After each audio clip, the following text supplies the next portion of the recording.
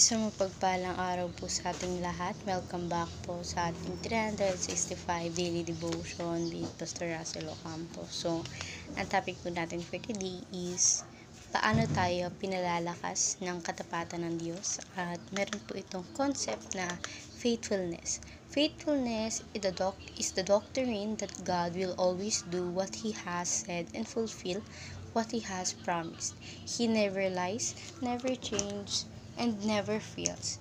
In a world full of broken promises and unreliable people, God stands out of the one who is always consistent, always trustworthy, and always on time. His past faithfulness fuels our present confidence and future hope. At makita po natin to sa Lamentation chapter 3 verse 22 and 23. Because the Lord great love, we are not consumed, for His compassion never fail.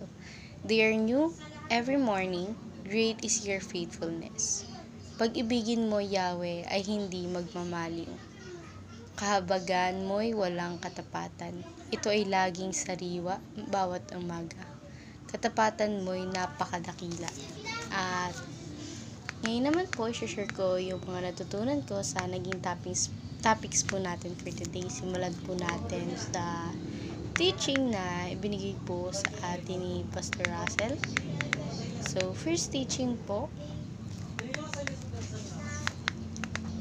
Sa first teaching naman po,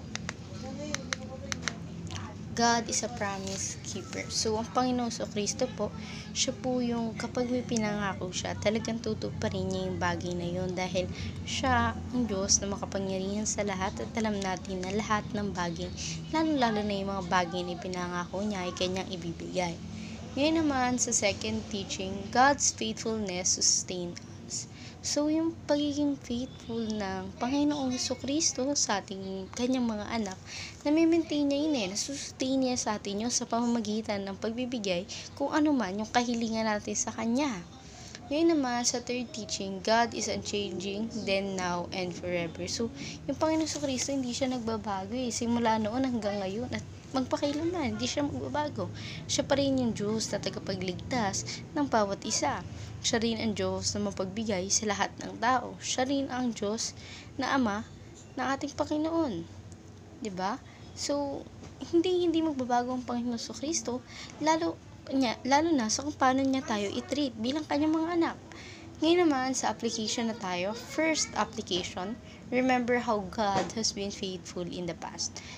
So ngayon, kung sa tingin mo hindi faithful sa iyo yung Panginoon Kristo, kung hindi nagtutugma lahat ng gusto mo, sa plano sa iyo ng Panginoon, maging pa rin tayo, kailangan pa rin natin maging faithful sa ating Panginoon, lalo na yung balikan natin yung mga dati or yung mga nakaraan na pamumuhay natin, kasama natin siya yung naging faithful sa atin. So, tayo dapat maging faithful din tayo sa Kanya. Ngayon naman, sa second application, endure the present with God's sustaining grace. So, yakapin natin yung panibagong bukas natin, ang Panginoong Kristo yung kasama, na yung kabutihan lang ng Panginoong Kristo yung mamumuklod sa puso natin. Ngayon naman, sa third application, face the future by relying on God's faithfulness. So, salubungin natin yung bagong bukas na sa Panginoong Kristo lamang tayo umaasa at hindi sa kung sino mang tao or Diyos na inaanuhan natin, hindi ba? Dapat sa Panginoon tayo magtitiwala lahat ng buhay na mayroon tayo. Sa Diyos lamang natin itiwala lahat ng bagay na yun. Ngayon na po, nasa discussion na tayo.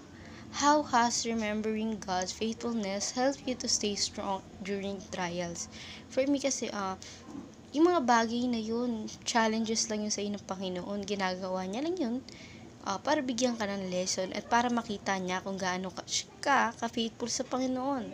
Ngayon, every time na may struggle ako sa buhay ko, lagi kong ipinapangako at idinadasal sa Panginoon na siya pa rin ang sasambahin ko kahit anumang kahintulutan ng problema na pagdadaanan ko. So, ayun lamang po for our today's discussion. Thank you for watching.